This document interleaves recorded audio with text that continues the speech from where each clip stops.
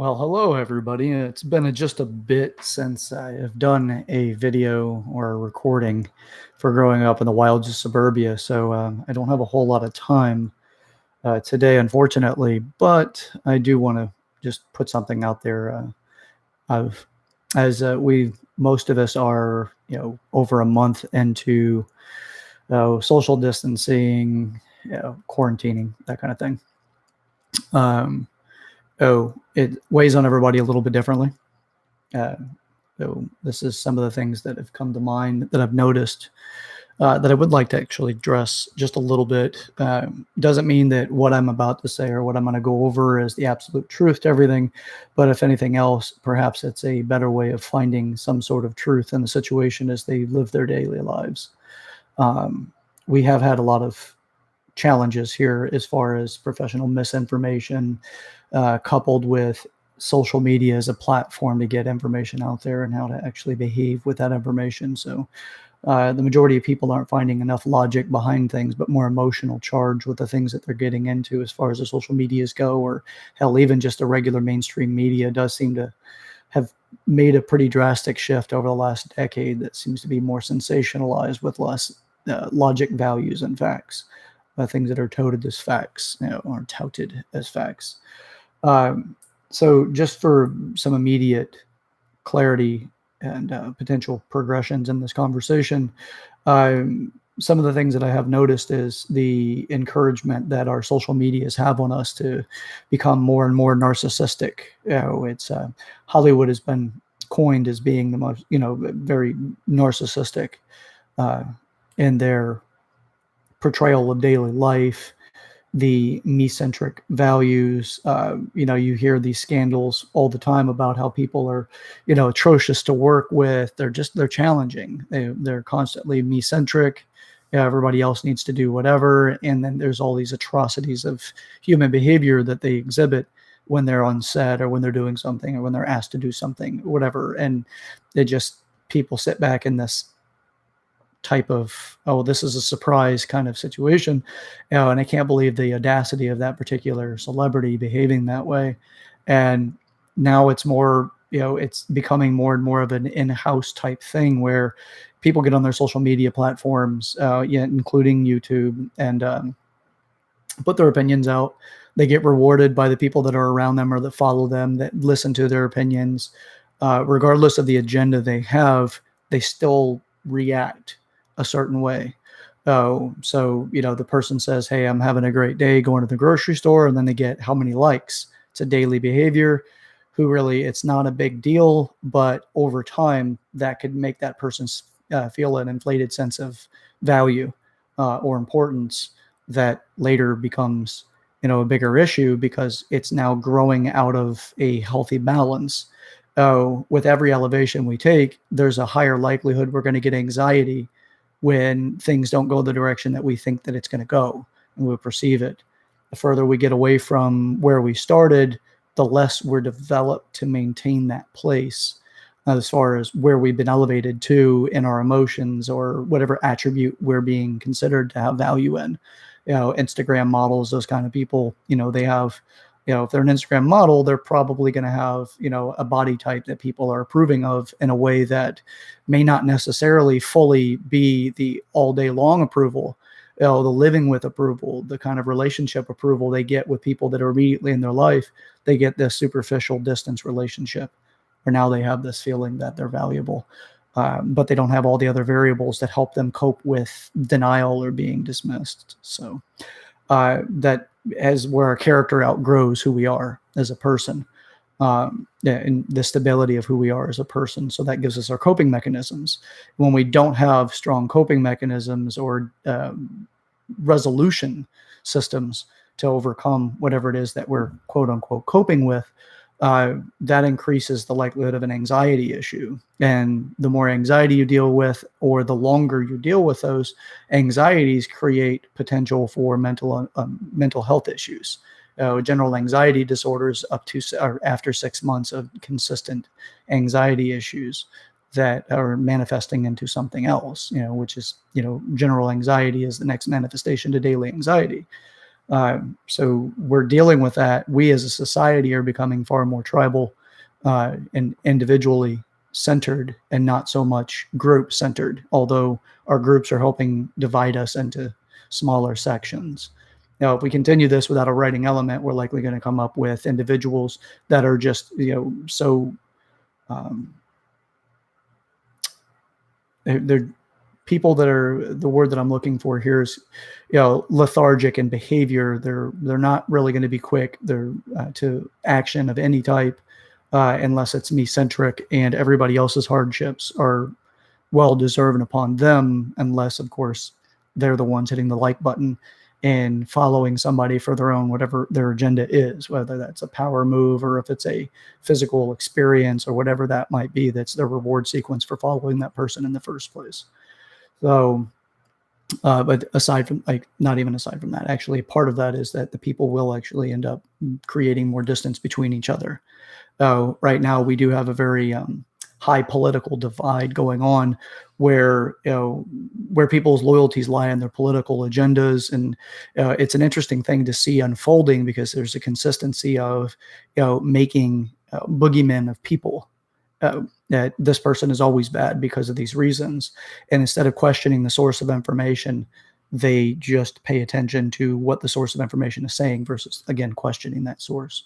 So there's a lot of that going on as well, which is creating a greater division. Now there's the tribe of Trump and there's the tribe against Trump, and that's pretty much the two divides. There's not a lot of people that seem like they're kind of just there to make their decisions based off of what's really happening. It's more of, I support this person because I feel like they've been attacked a lot and unjustly, or I am against this person because I feel that they're not, equipped with the responsibilities of the position they hold. Never in my life have I experienced a president that is consistently, adored by all parties. There's always this partisan divide that's going on. And that's why I always promote for people to, if they go to the voting booth, vote with your conscience. Don't vote for a party, vote for the person.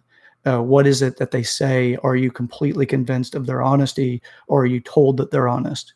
As it always seems that every single candidate that gets in to office seems to give their, they don't deliver on all their promises.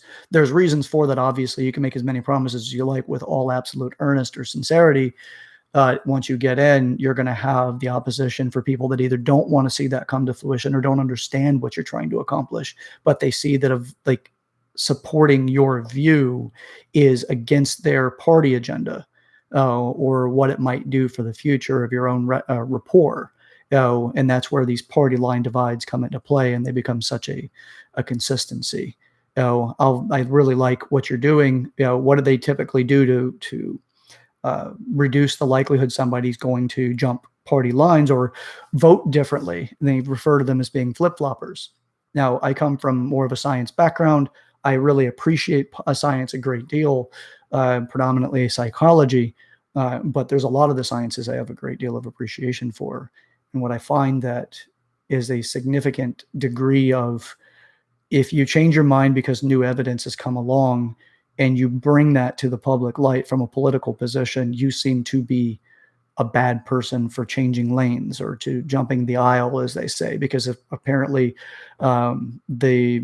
depending on the party, they own specific rights to ideas, is the way that people behave.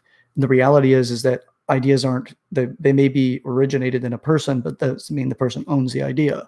They may have the ownership of origin, but it doesn't mean the idea hasn't outgrown that person's capacity or their views, and it's inspired beyond them. So I'm absolutely one that votes with my conscience. The same thing goes with my social media interactions. Occasionally I'll use some humor for levity, but overall, I really try to just be, sometimes devil's advocate, but it's just more of the critical thinking. Not that I'm going to hold the title that I'm a critical thinker, although that is a default method. I really try to evaluate the majority of the information that's being presented and then go beyond the information being presented to find out more conclusions on my own, from either opposing views, opposing individuals, or the depth that literature can provide if you start looking into, specific books or postings, reputable sources of information, that kind of thing. Although recently we have found that some of the more trusted organizations have exposed some biasness, like with what WHO has recently done, the World Health Organization. I don't really find that there's a lot of honesty. And I think that there were some really excellent methods to deduce honesty was reduced. So, telling people not to worry about having to wear, face masks to reduce, the incurrence of, the COVID-19 virus, or COVID-19 is in itself is stating the virus, the coronavirus. There are quite a bit of people that they know medically if it's a respiratory issue, and one of the main means of that respiratory distress or virus is through inhalation and mucus contact, eyes, mouth, nose, other mucous membranes in the body, then breathing does expose you directly with a mucous membrane, just through the oxygen that you're breathing. I think it's pretty obvious that face masks are going to be successful, at least to reduce the potential. But I think there's more to it, and you can't wear a face mask all day long and expect it to stay sanitary and free from the virus and reducing your exposure, because there's also how you put that on, how you take it off. If you use it for a certain period of time, when does it lose its potential? There's another thing going around about people farting to prove that these masks are ineffective. You're talking about the difference between a particulate size of gas, which really isn't a particulate size, but a gaseous option, to a virus, which is a larger particle or a larger object. There's a lot to it. I'm not a medical expert in that sense, but there's some of these pseudosciences that are going to encourage people to do things that increase their risks, and that's unnecessary. But people want to feel important. They want to feel like their statements have value. Who they are as a person is validated through some of these social medias. You can see that because as soon as somebody says something that doesn't necessarily fully align with their views, a lot of people seem to be negatively reactive. And what it seems to beg for is this idea of an echo chamber, which breeds, or a breeding ground for sycophants. For anybody who's unfamiliar with a sycophant, they're the type of people that don't go against your opinion. They're very supportive. Even if they don't agree with it, they always act as if they do. That gives you a false sense of being right, which creates righteousness, which can be a detriment to you and the people around you, because you're not being challenged in your thought. You're also stagnating growth. I personally am one that really loves growth. So therefore, I maintain this consistent level of curiosity that is often misinterpreted as intelligence, as a larger concept of intelligence. Curiosity is obviously there when it comes to it, but overall, there's more to intelligence than just curiosity. But not necessarily a digression. It's more of the cost of an echo chamber, the cost of a sycophant, is you lose opposing viewpoints. Because sycophants don't. One of the distinguishing characteristics of a sycophant is that they do not oppose your views. They support your views. So there's, a lot of times they use Caesar and the Senate as a degree of a sycophant, but ultimately the fate of a sycophant is also, or the person that falls victim to sycophants are often the same as Caesar's, being stabbed in the back and, brutally killed by the people that you thought supported you. That's kind of the fate of it all. But also it is intellectual suicide to lose curiosity.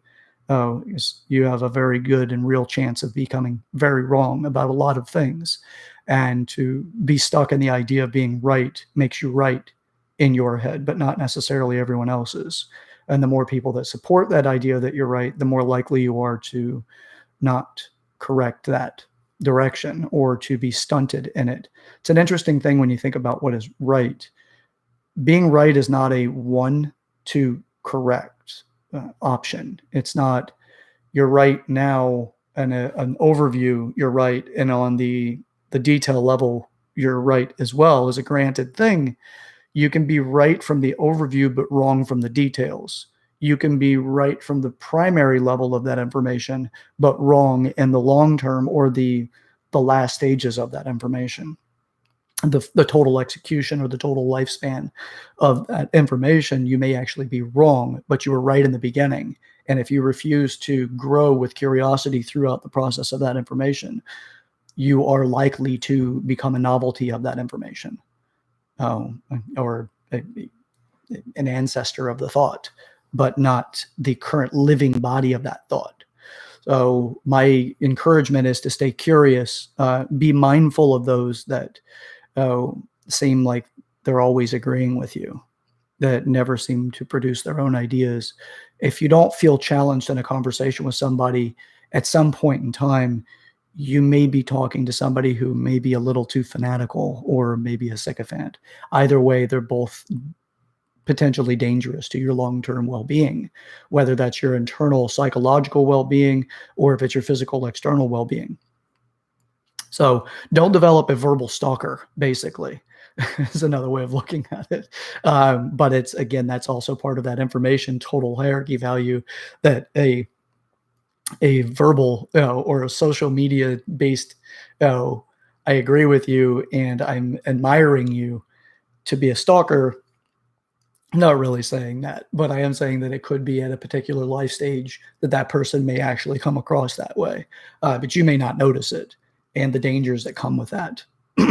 Your approval and your ideas is a way of holding your attention. You may be the one speaking, but it doesn't mean the other person doesn't know how to manipulate the speaker. All right, I don't really have a lot of time for today's video, but I did want to put something out there. So please feel free to put comments in the comment section. Share the video if you choose. I really do appreciate that. Again, this is Chad Broshears. I am the host of Growing Up in the Wilds of Suburbia. And if anything else, just stay curious. Think as critically as you can right now, and then add that next critical question, which is, what is it that I don't know about what I already don't know? And then what is it that I don't know that I don't know about the other things? So it's an interesting piece. So, all right, guys. Well, thank you so much for watching the video. And I appreciate your time, and feel free, again, share the video, make a comment, and let's bring it back to life. All right, guys, stay safe.